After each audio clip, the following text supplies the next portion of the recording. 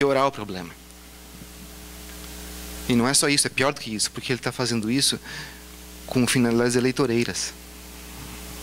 Para mim está bem claro. Se não mudar, tomara que mude. De repente pode ir anunciar alguma outra coisa, um plano de carreira que é o Conselho Federal de Medicina está propondo. Porque se não tiver plano de carreira nessas localidades, nenhum médico vai trabalhar lá, nenhum advogado vai trabalhar lá, nenhum dentista vai trabalhar lá, nenhum bioquímico, nenhum farmacêutico, ninguém vai lá. Entende? Então o negócio é um problema de gestão que precisa ser, de algum modo, modificado. E até agora eu não vi nada do Ministério da Saúde manifestando alguma outra atitude.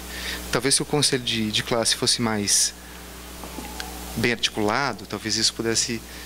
Se o Conselho de Classe, se o Conselho Federal de Medicina conseguisse mobilizar a população para mostrar o que está acontecendo, de fato, mas o Conselho Federal de Medicina é prepotente, então fica esse silêncio paralisante aí, esse ruído, né?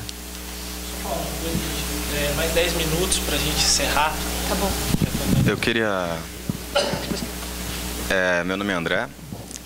Duas coisas, na verdade. Uma que isso aqui é o verdadeiro exercício político mesmo, né? Acho que de tudo que a gente levantou, tem grandes questões, que tem que ser conversadas cada vez mais, e essa conversa de botequim, que você para, encontra o brother e vai falar, é uma coisa que me comove cada vez mais, que isso acontece. Eu vejo as pessoas engajadas em conversar, em elucidar as dúvidas e colocar mais dúvida na mesa, é isso aí.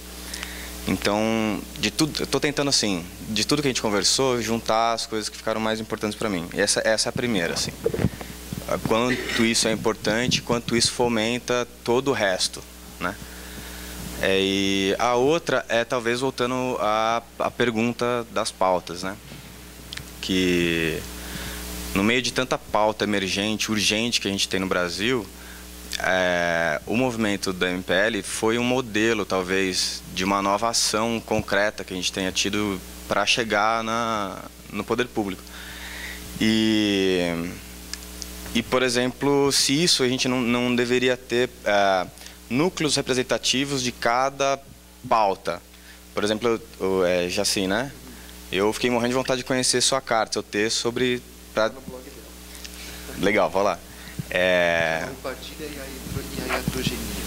Porque assim, na questão dos médicos, eu não sou tão bem informado, quero me informar, como eu não era, de repente, como era do Passe Livre, e eles me representaram lá e eu fui junto com eles me convenceram. Tinha um núcleo representando uma coisa que está todo mundo querendo. E tem tanta coisa todo mundo querendo, que eu acho difícil todo mundo conversar sobre tudo, porque é muita coisa. Então, assim, vocês médicos, criar um MPL de médico, um núcleo ali. E aí, isso se mobilizar. Os gays também, enfim, cada pauta. Eu não sei, isso é o que eu vejo como que funcionou. Eu acho e que talvez seja um modelo, porque eu acho que a discussão ela é bem mais complexa, ela é bem mais profunda do que a urgência do momento pede. É isso. Eu achei legal isso. Não, eu só ia pegar esse gancho para dizer o seguinte, em termos práticos, como é que a gente pode avançar essa discussão, né? Estou sem chover no molhado de tudo que foi dito e tentando otimizar a questão da prática. Eu acho que sim, é necessário trazer frentes para esses encontros. Esse é o primeiro dos encontros e eu creio que todo mundo acha muito necessário que tenha outros. Então a gente pode até fazer, eu e o Kiko continuar se organizando e fazer outras frentes e decidir quais são as pautas urgentes a serem discutidas. Encontrar essa pauta única por vez, né? A reforma política é importante, a democratização da mídia é importante, e talvez fazer frentes de trabalho dentro desses encontros para discutir e esclarecer um pouco mais a questão dos médicos, da importação dos médicos. Eu acho que, mesmo que, bem sinceramente, não me interessa saber, não é o caso, não me interessa saber sobre a importação dos médicos, eu vou demandar energia numa outra frente de trabalho. Isso é ação, né? Isso talvez uma forma de avançar. Como o Bruno falou, dessa reforma política interna, esses pequenos grupos, com os amigos, na rodinha de bar, com a família. Eu acho que isso é organização para um passo adiante. Então, a gente pode pegar desse mail que tem aqui de todo mundo e propor ali coletivamente qual é a pauta que você acha urgente para ser discutida no próximo encontro. Vamos jogar isso no coletivo, vamos ver a opinião geral e aí a gente volta para o segundo encontro com uma pauta mais definida. Eu acho até, juntando isso que todo mundo está falando, porque eu ia falar, você falou melhor do que eu falaria, mas eu acho que a gente podia, inclusive, organizar a coisa nacionalmente e não precisa ser só um assunto por vez. A gente vai fazer uma rede de três temas. E a gente faz um jogo para que esses 3 temas passem por uma mesma cidade em 2, 3 semanas, sei lá, num calendário. E aí a gente articula com as pessoas da cidade e a gente também, à medida que a gente vai viajando por essas cidades, porque, sei lá, isso rola também da gente estar em outros lugares. E aí a gente se dispõe a participar dessa coisa. Acho que o Jaci estava colocando uma coisa super séria, da área dele, que ele está estudando, trabalhando e vendo o que é. Sei lá, pode ser uma pauta. Uma outra que eu acho que você que levantou, que é a coisa dos meios de comunicação, da mídia, nessa parada toda, acho que isso é muito urgente, porque a mídia ela nunca é confrontada e ela é sempre a verdade, o caminho à verdade e à vida. Eu acho que é dessas estratégicas para a gente desmontar. E dessas bem urgentes, assim, que a gente pode colocar também na ordem do dia. E aí, só queria dizer assim que a gente pode contar muito, seguramente, como apoio, inclusive de mídia, da revista Cult. Muito. É certo, seguro que a gente pode usar muito e a diretora lá, a editora-geral, que é a Deise, ela é super engajada e está super afim e vai dar tudo certo. Então, a gente pode usar pelo menos essa mídia assim, mais consagrada e mais no espaço estabelecido aí das instituições para também dar um apoio. Tentar falar um pouco sobre o que você disse. Uma sobre o Obama, você tem toda razão. O que ele fez foi legal, não foi ilegal e tristemente legal. E acho que isso representa muito bem o que a gente está vivendo em vários níveis. Que assim, nem tudo que é legal é justo, né? Raramente, e a gente está vendo uma grande obsolescência do sistema que a gente tem. Então a desobediência civil se torna cada vez mais justa e crucial numa hora como essa, né? E aí você falou coisas muito interessantes. O que realmente está acontecendo no Planalto agora? Quais as reuniões e quais os diálogos que estão acontecendo? Quando a Dilma claramente no discurso dela falou: vou receber os movimentos sociais. Ela está recebendo. O MPL foi o primeiro deles, o Capilé está lá hoje. E ele é muito transparente nessas coisas. Foi uma reunião entre o movimento jovem do Brasil, de vários coletivos que representam diferentes aspectos da juventude. Então tem movimentos da periferia, a União dos Estudantes, o Fora do Eixo e tal. Eu fui convidado hoje para ir numa desses papos, terça-feira, com a Dilma, para falar sobre democratização da comunicação. Eu fui, assim, é muito estranho que eu estou sendo convidado. Eu não tenho experiência em ativismo e tal, sou muito novo nesse jogo, mas curiosamente essa grande ativação que aconteceu colocou o grupo que eu faço parte, que a gente cobriu de maneira independente os protestos, como um protagonista político a ponto do Planalto nos chamar, numa comunidade no Facebook. Essas contradições do capital que você colocou muito bem.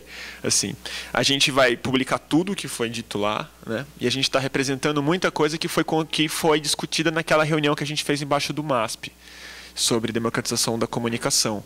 Um pedido muito claro é falar: o ministro das comunicações é horrível. A gente vai dizer isso claramente, ele não representa e tal, mas mais do que isso, que acho que é uma desfragmentação da pauta da comunicação que precisa acontecer no nível do governo, que assim, a comunicação, ela tem o Ministério das Comunicações. Mas como é que você compreende comunicação e mídia hoje sem você envolver educação, cultura e ciência e tecnologia? Impensável que a comunicação no governo federal seja a partir do pensamento de tipo antenas e concessões públicas, analógicas, né? Então, assim, esse é um recado que a gente vai passar para lá. O quanto disso é teatro, eu não sei, porque assim, sempre é teatro, e sempre tem alguma não ficção envolvida naquilo ali também, né? Eu acho que assim, é uma coisa que eu escrevi esses dias, que assim, o código do país está um pouco mais aberto. Não é que ele abriu, mas ele abriu um pouco. Então dá para a gente tentar hackear ele. Vai da nossa expertise, nossa capacidade de articulação e saber quais são os códigos que dá ou não dá para mexer. Acho essa ideia de pensar grupos temáticos fundamental, e acho que a gente tem que pensar num grande... Acho que a maior arma que o MPL teve, que eu não vi sendo muito bem discutida, que eu admirei essa tática dos caras, eu falei, é por isso que eles ganharam o jogo. É porque eles não marcaram um protesto. Eles insistiram de 2 em 2 dias, eles não saíram da rua, eles causaram um transtorno absurdo. Porque assim, a Marcha da Maconha sai uma vez por ano, né? A gente demanda que o Feliciano saia, até teve uma mobilização, mas era uma vez por semana, no sábado e tal. Os caras falaram, amanhã tem outra, depois da manhã tem outra, depois da manhã tem outra. Nos outros anos era mais esparçado, eles estavam mais organizados e sentiram que o momento estava mais inflamado. Quando você cria uma narrativa frequente, ela vai crescendo, essa temperatura sobe e o debate acende. O Jabor xingou o MPL na 4ª manifestação do MPL. O editorial que o Estadão e a Folha fizeram pedindo sangue naquela quinta-feira foi porque os caras falaram assim, chega, já passaram o recado. Não é recado que a gente está passando. A gente quer que caia a tarifa, não é recado. É uma demanda. Então, assim, acho que tem uma tática de MPL aí que, mais importante até do que o não protagonismo de certos líderes, é assim, foco e rua sem parar. Vai doer o pé, mas vamos aí. Tem que estar muito claro. Mas, assim, tem demandas muito claras aqui, né? Assim, e demandas parecidas com a do 20 centavos. Então, e aí, sim, os debates vão deixar muito claro. Mas existe uma, por exemplo, na comunicação, que está na pauta. Está na pauta, que é assim, o Marco Civil Regulatório da Internet. É seríssima essa questão. Foi uma plataforma construída com a sociedade, ela é ótima. Ela, tipo, regulamenta que tem que haver neutralidade de internet, que a gente não tem que pagar se a gente usar muito dado nos cabos. É assim que a democracia da comunicação vem, é assim que a gente vai garantir uma mídia independente digital, e é exatamente isso que o Paulo Bernardo está a fim de minar. Não sei se vocês viram, sábado, depois das manifestações, a Veja, daquela patriótica lá, a entrevista das Páginas Amarelas é com ele, com o ministro das Comunicações. Não é à toa que a Veja faz uma coisa dessa. A Páginas Amarelas é com o Paulo Bernardo, chamado de O Bom Petista. Então, acho que eu não preciso nem traduzir, né? Alguém tem uma consideração final? A gente precisa realmente encerrar. Fala. Fala, Amanda. Obrigada. Bom, gente, eu queria voltar naquele ponto que eu queria falar desde o começo. Eu estou um pouco preocupada com o rumo que está tomando essa democratização da mídia, o que o pessoal entende por democratização da mídia. Eu acho que a maioria de vocês acompanhou um evento que chama Greve Geral, que está marcado para segunda-feira, que é de um tal de Chamone, se não me engano. Foi cancelado o evento, né? Você viu no Facebook? Não, tiraram do ar. Mesmo? E tem um evento que está bombando, que é o Denúncia da Greve Geral. Esse tá... Então, assim, eu acho que essa história da greve geral, eu ouvi muito no meu trabalho isso. E aí, a gente acorda cedo segunda ou não? Tem que vir mesmo? Tô com medo de vir, o pessoal vai botar fogo no ônibus, será que é o PCC? Então, assim...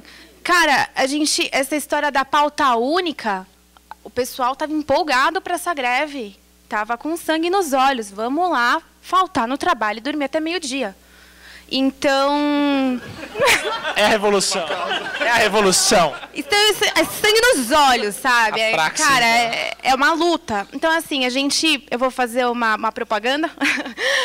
A gente tem uma iniciativa agora de um coletivo que chama Motim.